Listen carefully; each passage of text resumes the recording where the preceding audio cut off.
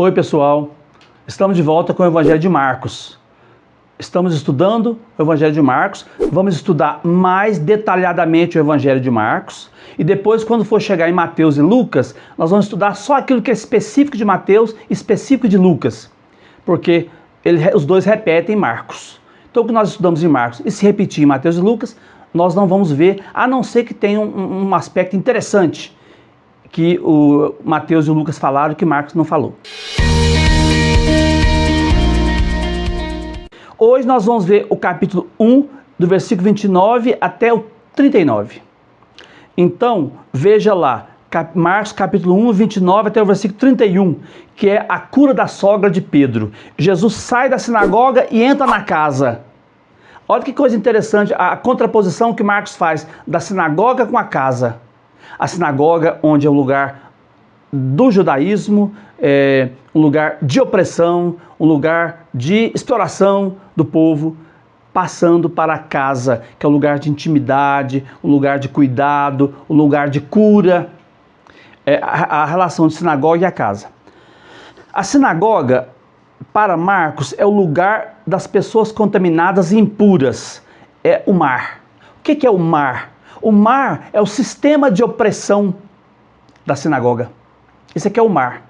Por isso que Jesus vai falar um dia, vocês vão ser pescadores de homens, é pescar homens do mar. O mar é o sistema que oprime, é o sistema que é diabólico, satânico, impuro, que não deixa as pessoas livres, deixa as pessoas escravizadas, não são donas da sua vontade, não podem fazer o que elas querem. Esse aqui é o mar. É um sistema, né, um ideológico. A casa não, a casa é o lugar alternativo onde as pessoas têm posse da própria vida, têm posse de si mesmas, convivem mais fraternalmente. Essa é a casa, ao contrário da sinagoga. Jesus entra na casa e cura a sogra de Pedro. Quem vai em Cafarnaum percebe que a casa de Pedro é pertinho da sinagoga, a casa da sogra de Pedro. Então Jesus entra e pega a sogra de Pedro pela mão e levanta a sogra de Pedro. Quer dizer, pegar pela mão é a ação de Jesus, né? A destra de Jesus. Levantar quer dizer ressuscitar. Não ressuscitar depois da pessoa morta, né? Que é a ressurreição plena. Mas curar a pessoa ao longo dessa vida é ressurreição. Toda vez que você se cura, toda vez que você vence o vício, você vence o seu temperamento difícil, é um momento de ressurreição. Então Jesus pega a sogra de Pedro e a levanta pela mão. Então, na intimidade da casa, a pessoa ressuscita. A pessoa tem um lugar, tem dignidade e tem capacidade de ser livre e dona de si. Deus cria a vida. Nós temos essa certeza. O demônio desintegra a vida pela doença. Eles achavam que toda doença era fruto do demônio. Eles não conheciam o vírus, nem bactéria, né? Como eu já disse. Então toda doença era fruto do demônio. Então o demônio desintegra a vida pela doença, ao contrário de Deus, que cria a vida para a liberdade. A mulher, então, quando a sogra de Pedro, quando ela é curada, ela começa a fazer parte da casa de Jesus e começa a servir. O serviço é uma característica importante do reino de Deus, da casa de Jesus. Começa a servir. Serve não por ser mulher, mas por ter se tornado discípula. Quem servia na casa judaica era a mulher. Ela não se sentava para comer com os homens, não podia conversar com os homens, ela só servia, era um objeto, era uma escrava. Aqui não, aqui ela serve com alegria, ela participa da mesa, ela é discípula. Bem diferente da concepção judaica. Depois Marcos capítulo 1, versículo 32 a 34, vai falar do mar de novo, da cura dos doentes, né? Só depois das 6 da tarde traz os doentes para Jesus. A lei do sábado agora começa a ser vencida por Jesus, né? A lei do sábado dominava as pessoas, angustiava as pessoas, não podia fazer nada no sábado, né? Agora Jesus vai curar doentes no dia de sábado. Para o judeu, o dia começa às 6 horas da tarde de um dia até 6 horas da tarde do outro dia. Então o sábado começava 6 horas da tarde na sexta até 6 horas da tarde do sábado. Esse aqui era o sábado. O dia para o judeu era isso, né? Por isso que a criação fala, foi uma tarde e uma manhã. Hoje seria para nós, foi uma manhã e uma tarde, para nós, né? É o dia, né? Para eles o dia não, o dia para o judeu é de sábado, das 6 horas da tarde ao acender das luzes de um dia até 6 horas da tarde do outro dia. É uma contagem diferente, né?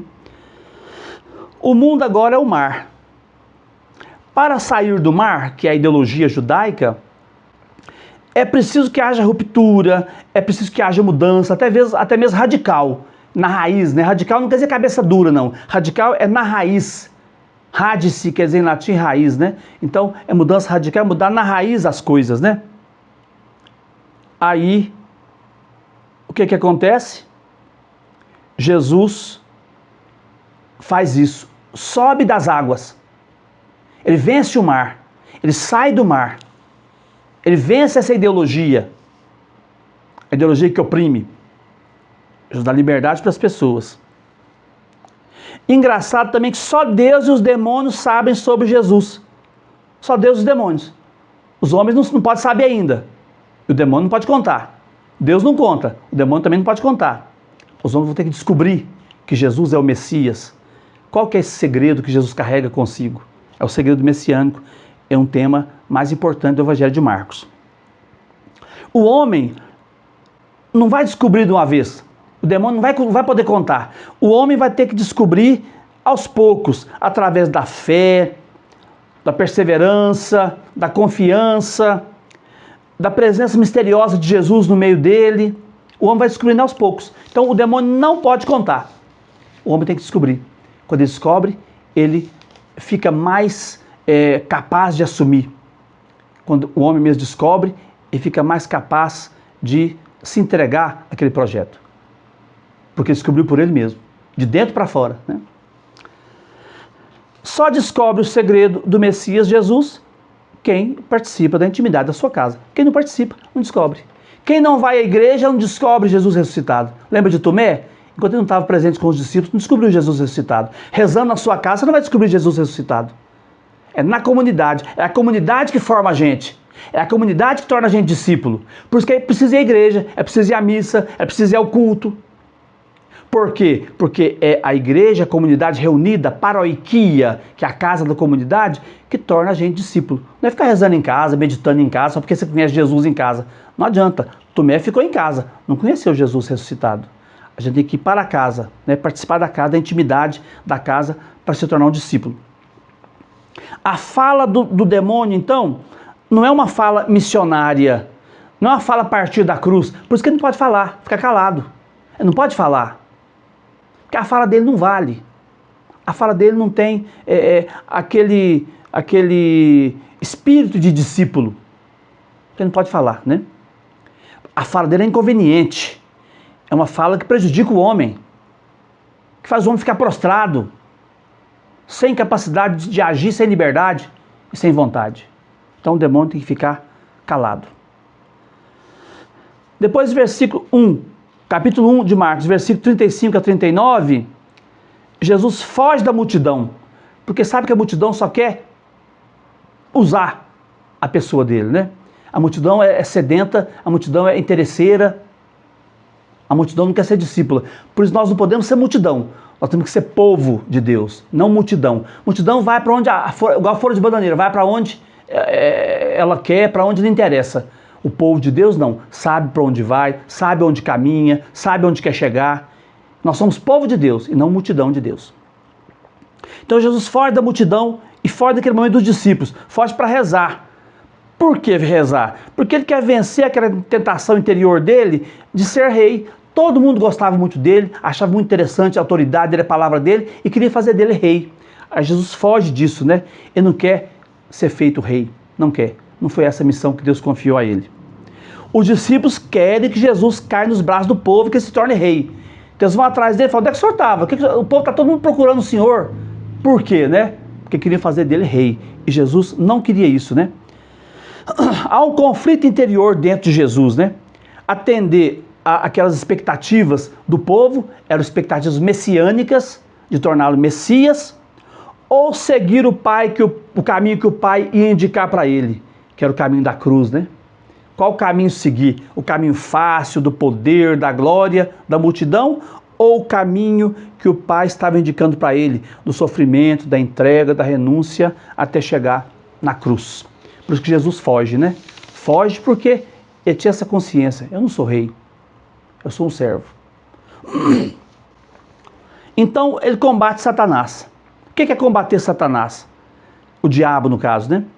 É combater as tentações interiores. Ele quer rezar para combater essa tentação. Como é que a gente combate a tentação? Com reza, com oração. Assim a gente combate a tentação. A oração de Jesus, então, é uma preparação para combater Satanás, que queria levá-lo para o poder e a glória. Exorcizar o demônio significa, então, devolver às pessoas a posse de si mesmas. Isso é expulsar demônio, né? Não, o demônio não é um bicho que entra na gente e sai da gente com o exorcismo, né? O demônio é essa tentação interior para o mal, para a malícia, para a distância de Deus, para o domínio, para o poder. Não, Jesus não quer saber disso. Ele quer libertar o homem, desalienar o homem. O demônio aliena o homem, o homem não é ele mesmo.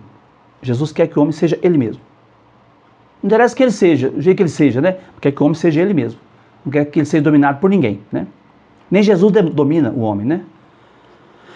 Jesus sai para deixar se encontrar pelas pessoas, mas não se deixa possuir por elas, por ninguém. Se Jesus deixa a multidão possuí-lo, ele está endemoniado. Ele não é ele mesmo, ele se aliena.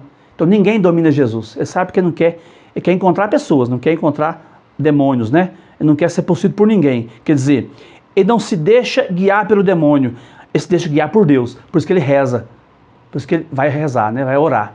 Porque ele quer se deixar dirigir por Deus e não pelo demônio, né? Pela tentação interior. O reino de Deus não é só Cafarnaum. Nós temos que sair de Cafarnaum. Nós temos que ir para outros lugares da Galileia, percorrer outras aldeias, né? Pregando o reino de Deus. Não temos que ficar só aqui. O reino de Deus vai para todo lugar. Então Jesus tem essa consciência, né? Para todos os lugares e todos os povos, como vai fazer São Paulo, né? Para todos os pagãos, para todos os povos, todas as nações. Por hoje o nosso assunto é esse.